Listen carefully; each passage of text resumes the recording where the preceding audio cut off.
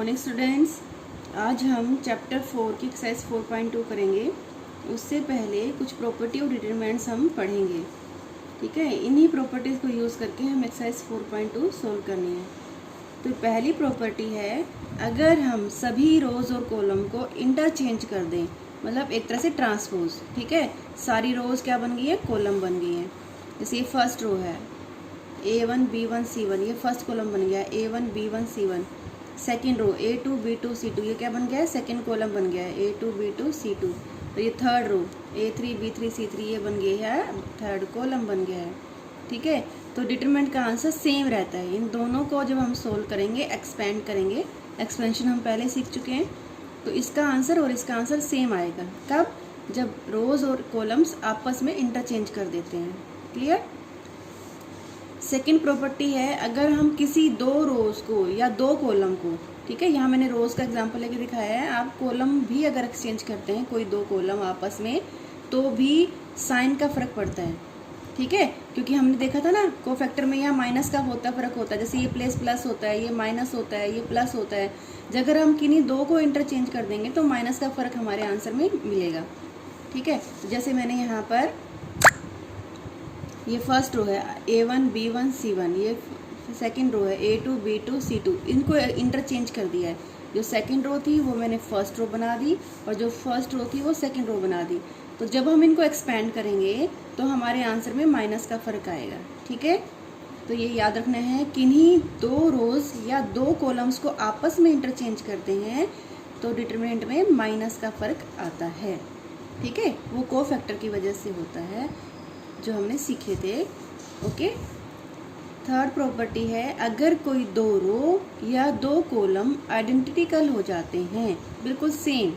ठीक है, जैसे यहाँ पर मैंने first row A1 B1 C1, third row A1 B1 C1, बिल्कुल सेम है, आइडेंटिकल रो है फर्स्ट और थर्ड रो, तो क्या आएगा, ऐसे डिटरमिनेंट को जब हम एक्सपेंड करेंगे तो इसका आंसर 0 आएगा। ठीक है, आइडेंटिकल रोज या आइडेंटिकल कॉलम होने से डिटरमिनेंट क्या बन जाता है, 0। ठीक है, और अगली प्रॉपर्टी है फोर्थ प्रॉपर्टी, किसी भी स्केलर से हम किसी भी रो या किसी भी कॉलम को मल्टीप्लाई कर सकते हैं। ठीक है, तो मैट्रिक्स में क्या था, मैट्रिक्स में स्केलर पूरी मैट्रिक्स से मल्टीप्लाई होता था, सभी एलिमेंट से, मैट्रिक्स में जितने भी एलिमेंट्स हैं। इसमें क्या है, रो वाइज या कॉलम वाइज मल्टीप्लाई होता है स्केलर, और कॉमन लिया जाता है। ठीक है, जैसे इस स्केलर को मल्टीप्लाई करना है तो हम किसी भी रो से या किसी भी कॉलम से मल्टीप्लाई करेंगे। ठीक है, जैसे मैंने यहाँ पर कॉलम 1 से मल्टीप्लाई करके दिखा रखा है। ठीक है, हम इससे भी मल्टीप्लाई कर सकते हैं, ये हो जाएगा KA1 KB2 KC2।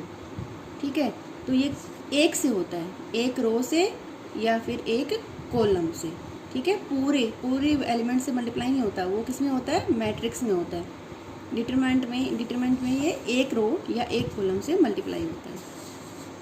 अगली प्रॉपर्टी है, अगर किसी रो में पूरी रो या पूरा कॉलम, जैसे मैंने रो ले रखी है, आप पूरा कॉलम भी ले सकते हैं, अगर दो प्लस या माइनस में है, दो एलिमेंट्स प्लस या माइनस में है, तो उनके दो सेपरेट डिटरमिनेंट्स बन सकते हैं। ठीक है, इसको सोल्व करेंगे और इन दोनों को सोल्व करेंगे तो सेम आंसर आएगा। देखो फर्स्ट रो यहाँ पर क्या है, A1 प्लस K1, फिर क्या है B1 plus K2, C1 plus K3। ठीक है, तो नीचे second row A2 B2 C2, third row A3 B3 C3। तो इसको हम कैसे ब्रेक करेंगे, जो फर्स्ट कॉलम है फर्स्ट डिटरमिनेंट का वो हो जाएगा A1 A2 A3। ठीक है, और जो सेकंड डिटरमिनेंट बनेगा उसका फर्स्ट कॉलम हो जाएगा K1 A2 A3। ठीक है, और सेकंड, ये देखो यहाँ पर ये है ना, ये फर्स्ट डिटरमिनेंट हो गया, ये सेकंड डिटरमिनेंट हो गया, ये सेकंड रो थर्ड रो तो सेम रहेगी। ठीक है, और फर्स्ट रो में को हमने ब्रेक कर दिया। ओके, अगर किसी एक रो में या किसी एक कॉलम में दो एलिमेंट्स प्लस या माइनस में हैं तो हम उनको सेपरेट कर सकते हैं। ठीक है, इन दोनों को प्लस करेंगे, आंसर प्लस करेंगे, और इसका आंसर प्लस करेंगे तो सेम आएगा। थर्ड है, नेक्स्ट है सिक्स प्रॉपर्टी, ये आपने पहले भी की हुई है, मैट्रिक्स जब आपने सोल्व की थी और इन्वर्स निकाला था तब आपने ये सोल्व की थी। एलिमेंट्री रो ऑपरेशन या एलिमेंट्री कॉलम ऑपरेशन सेम है, किसी भी रो को किसी स्केलर से मल्टीप्लाई करके किसी और रो में ऐड कर सकते हैं, किसी एक कॉलम को ठीक है। जैसे मैंने यहाँ क्या कर रखा है, मैंने यहाँ पर सेकंड रो को मल्टीप्लाई किया है और सॉरी रो में ऑपरेशन लगाया है। R1 किस में चेंज होगी, R1 प्लस लैम्डा R2 में चेंज हो गई है। ये ऑपरेशन आपने पहले पढ़े हुए हैं ना। इस रो को लैम्डा से मल्टीप्लाई कर दिया है सेकंड रो को और R1 में प्लस कर दिया है, तो ये आपका एलिमेंट हो गया। के लिया स्केलर यहाँ पर, ओके। तो ये वही ऑपरेशंस हैं जो आपने मैट्रिक्स में पढ़े थे, ठीक है। तो ये रो में भी लग सकते हैं और कॉलम में भी लग सकते हैं। और वहाँ तो था कि एलिमेंट्री रो ऑपरेशन या एलिमेंट्री कॉलम ऑपरेशन, एक बार में आपको एक क्वेश्चन में एक ही ऑपरेशन लगाना होता था, या रो या कॉलम। यहाँ पर हम दोनों यूज़ कर सकते हैं। एक ही क्वेश्चन में अगर हमें रो की रिक्वायरमेंट है तो रो ऑपरेशन लगा सकते हैं, और अगर आगे नेक्स्ट स्टेप में हमें कॉलम की रिक्वायरमेंट है तो हम कॉलम ऑपरेशन भी लगा सकते हैं, ओके। चलो अब हमको एक्सरसाइज डिस्कस कर लेते हैं। तो इन्हीं ऑपरेशंस का हमें यूज़ करना है। जैसे पहला क्वेश्चन है x plus a y b x plus y plus b z plus c is equal to 0। ये हमें प्रूव करना है। तो देखो थर्ड कॉलम यहाँ प्लस है ना, तो इसको हम सेपरेट भी कर सकते हैं, ठीक है। तो सेपरेट करने से हमारा जो प्रॉब्लम है जल्दी सोल्व नहीं होएगी, तो इसलिए हम इसमें दूसरा ऑपरेशन लगाएंगे। हम क्या करेंगे, हमने C1 और C2 को प्लस कर दिया। कौन सा ऑपरेशन लगाया, C1 में C1 प्लस C2 कर दिया, तो क्या बन गया है हमारा x plus a y plus b z plus c, ठीक है। अब हम देखेंगे फर्स्ट कॉलम और थर्ड कॉलम आइडेंटिकल हो गए ना, तो हमारी एक प्रॉपर्टी कहती है कि जब दो कॉलम या दो रो आइडेंटिकल हो जाती हैं तो डिटरमिनेंट का आंसर क्या होता है, 0। तो ये भी 0 है क्योंकि हमारा C1 और C3 आइडेंटिकल हैं, क्लियर। अभी देखो थर्ड क्वेश्चन, इसमें है 2 7 65 3 8 75 5 9 86 इक्वल टू 0। इसको भी 0 प्रूव करना है। हम एक्सपेंड करके भी 0 प्रूव कर सकते हैं, लेकिन हमें क्या यूज़ करनी है, प्रॉपर्टीज़ यूज़ करनी है। तो जैसे हम यहाँ पे थोड़ा सा ऑब्जर्व करें पैटर्न को, तो ये देखो 9 7 जा 63 प्लस 2 65 हो गया ना। यहाँ पर भी 9 8 जा 72 प्लस 3 75 हो गया। 9 9 जा 81 प्लस 5 86 हो गया, ठीक है। तो ये ऑपरेशन लगाएंगे हम। कौन सा ऑपरेशन, हम C1 में क्या प्लस कर रहे हैं, 9 टाइम्स ऑफ C2, ठीक है। कॉलम 2 को 9 से मल्टीप्लाई कर दिया और C1 में ऐड कर दिया, तो हमारा ये सेम हो जाएगा। कौन कौन से कॉलम सेम बन जाएंगे, फर्स्ट कॉलम और थर्ड कॉलम आइडेंटिकल हो गए, तो इसका आंसर क्या आ जाएगा, 0, ओके। तो इस तरह से हमें ऑपरेशंस यूज़ करने हैं। कौन सा ऑपरेशन कहाँ यूज़ करना है, ये सब प्रैक्टिस से आता है। तो जितनी आप प्रैक्टिस करोगे उतना ही आपको अच्छे से समझ में आ जाएगा। अब हम फिफ्थ क्वेश्चन देखते हैं। इसकी लेफ्ट हैंड साइड है b plus C Q plus R Y plus Z C plus A R plus B Z plus X A plus B P plus Q X plus Y. ये determinant है, is equal to आपको prove करना है 2 times of A P X B Q Y C R Z, ठीक है। तो हमें पहले तो पैटर्न ऑब्जर्व करना होता है, बिल्कुल स्टडी करना होता है कि किस टाइप से हम ऑपरेशन लगा सकते हैं। देखो यहाँ पर अगर हम सबको प्लस कर दें तो ये क्या हो जाएगा, 2 टाइम्स b हो जाएगी, 2 टाइम्स c हो जाएगा, 2 टाइम्स a हो जाएगा। तो इनमें सब में जो है एक ही तरह का पैटर्न है, तो 2 कॉमन आ जाएगा हमारा। तो ये जो हमारे पास 2 है ये हमें मिल जाएगा। तो क्या किया हमने, R1 में सभी रोज़ को ऐड कर दिया है, R1 plus R2 plus R3, ठीक है। तो तीनों रोज़ को प्लस कर दिया तो सभी 2 टाइम्स हो गया। यहाँ पर जैसे Q 2 टाइम्स है, P 2 टाइम्स है, R 2 टाइम्स है, यहाँ पर Z 2 टाइम्स है, X 2 टाइम्स है, Y 2 टाइम्स है, तो सब कुछ क्या हो गया, 2 टाइम्स, ठीक है। तो पहले तो हमने 6 प्रॉपर्टी लगाई है। आगे हम क्या करेंगे, स्केलर वाली प्रॉपर्टी लगाएंगे। यहाँ से 2 2 2 कॉमन ले लेंगे, ठीक है। फर्स्ट रो में से हमने क्या कॉमन ले लिया, 2 कॉमन ले लिया। Taking out 2 common from R1, तो हमारे पास ये है, ठीक है। अब हम क्या करेंगे, तो इसमें से हम ये माइनस कर देंगे, ठीक है। C प्लस ए है, यहाँ पर A plus B plus C है, माइनस कर देंगे तो हमें क्या मिल जाएगा, B। यहाँ पर हम इनको माइनस कर देंगे, हमारे पास मिल जाएगा Q। तो हम क्या कर रहे हैं, R2 में से R1 माइनस कर रहे हैं और R3 में से R1 माइनस कर रहे हैं, ठीक है। हम वो 2 ऑपरेशन एक साथ लगा सकते हैं जो एक दूसरे को इफेक्ट नहीं कर रहे हैं, ठीक है। जैसे हम R2 को यूज़ कर रहे हैं ना, तो R1 माइनस कर रहे हैं, तो R3 का कोई यूज़ नहीं है यहाँ पर। इस ऑपरेशन में R3 का कोई यूज़ नहीं है, तो हम R3 पर कोई ऑपरेशन लगा सकते हैं यहाँ पर पैरेलल में। तो हम R3 पे लगा रहे हैं R3 माइनस R1, ठीक है। यहाँ दो रोज पे ऑपरेशन लग रहा है R1 और R3, क्योंकि दोनों एक दूसरे को इफेक्ट नहीं कर रही हैं, क्योंकि हम इनको यूज़ किसका कर रहे हैं, हम R1 का यूज़ कर रहे हैं इनको अप्लाई करने के लिए, ठीक है। तो सेकेंड रो में से फर्स्ट रो करेंगे माइनस, C कट जाएगा, A कट जाएगा, क्या बचेगा माइनस B। इसमें से करेंगे थर्ड में से करेंगे, A कट जाएगा, B कट जाएगा, क्या बचेगा माइनस C। ऐसे ही हम यहाँ कर देंगे माइनस, तो हमारे पास आ जाएगा minus B minus Q minus Y minus C minus R minus Z, ठीक है। और R1 हमने चेंज नहीं किया है, कौन कौन सी चेंज की है, R2 और R3। तो R1 तो सेम है हमारी, ठीक है। तो हमने माइनस करके जो आया है R2 में और R3 में माइनस करके आया।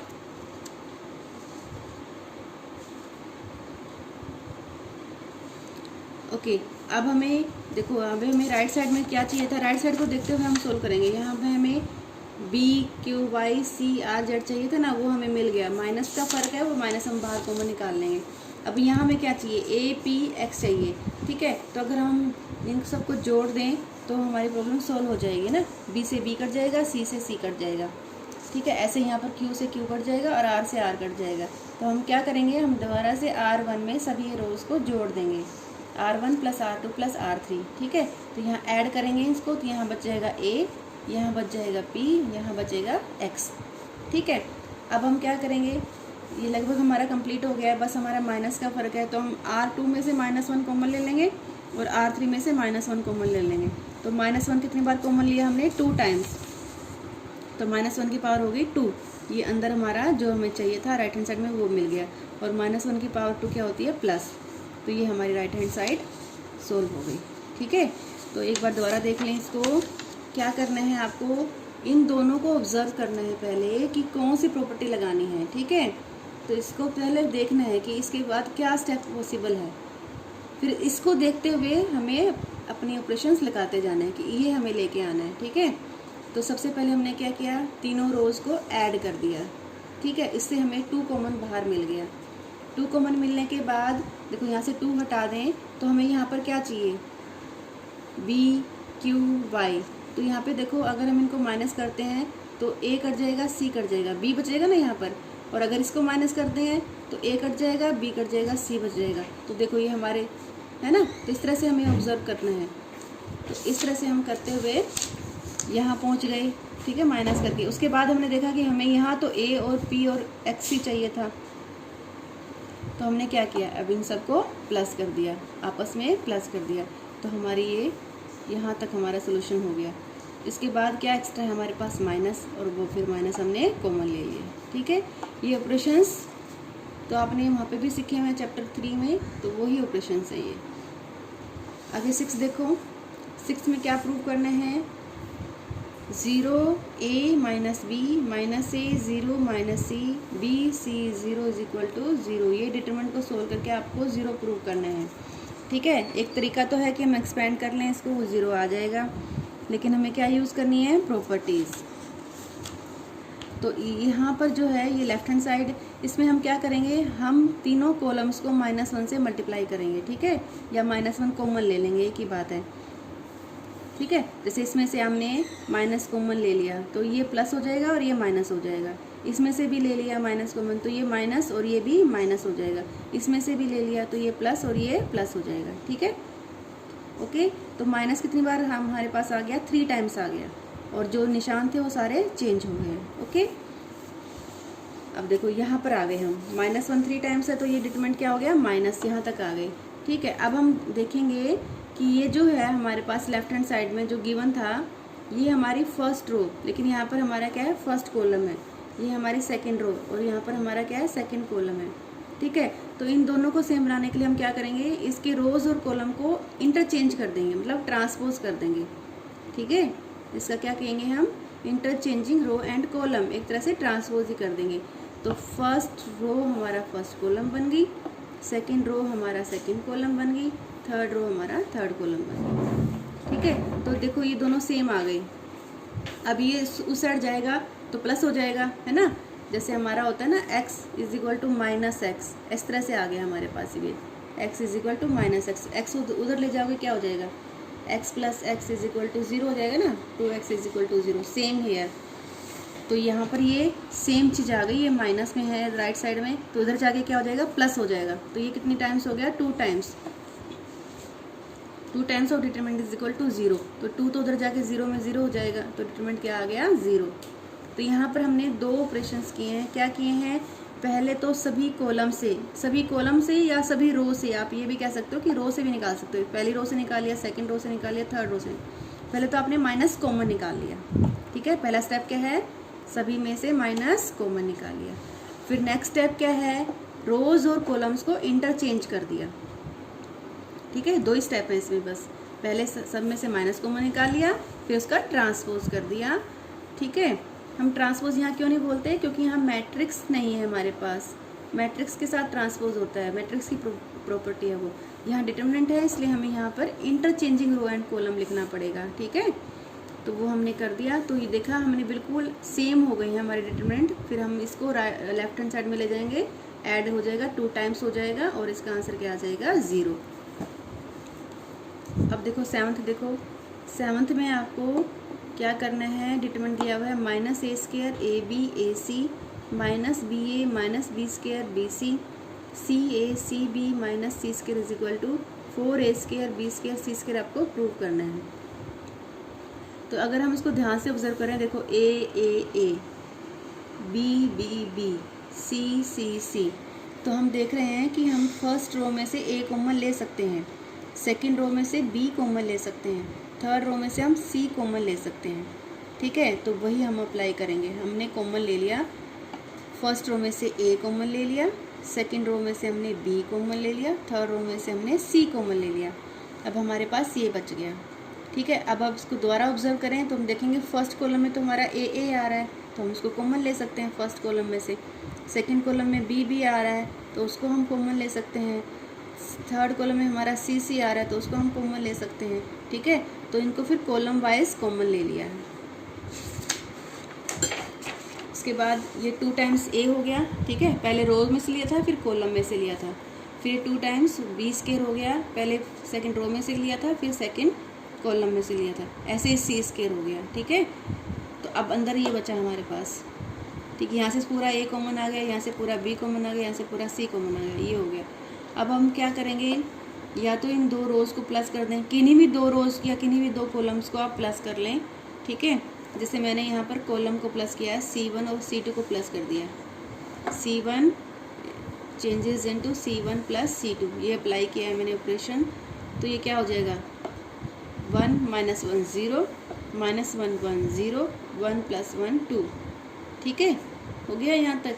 अब क्या करना है, इसमें एक कॉलम में सिर्फ एक एलिमेंट है, ठीक है। तो हमेशा ही जैसे है ना कि प्रॉपर्टी से सोल्व नहीं होगी, आपको ऐसा भी करना पड़ेगा कि एक रो या एक कॉलम में एक एलिमेंट बच जाए तो उसे एक्सपेंड कर लें, ठीक है। क्योंकि पूरी रो या पूरा कॉलम 0 हो गया तो आंसर 0 आ जाएगा। मान लो ये एलिमेंट भी 0 होता तो ये तो सारा 0 हो जाता, ठीक है। तो क्या करना है, प्रॉपर्टी यूज़ करके कम से कम इसको इतना रिड्यूस करना है कि एक कॉलम, किसी एक कॉलम या किसी एक रो में एक एलिमेंट बचे सिर्फ।